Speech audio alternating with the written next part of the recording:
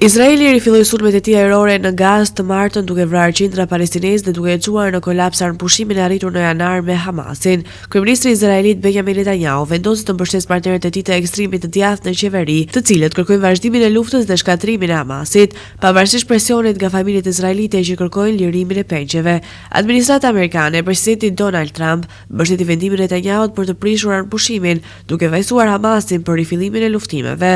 Sipas Izraelit dhe SBA-s, Hamasi ka refuzuar të lirojë më shumë pengje pa garanci për përfundimin e luftës, ndonse kjo kërkesë nuk ishte pjesë e marrëveshjes fillestare të armëpushimit.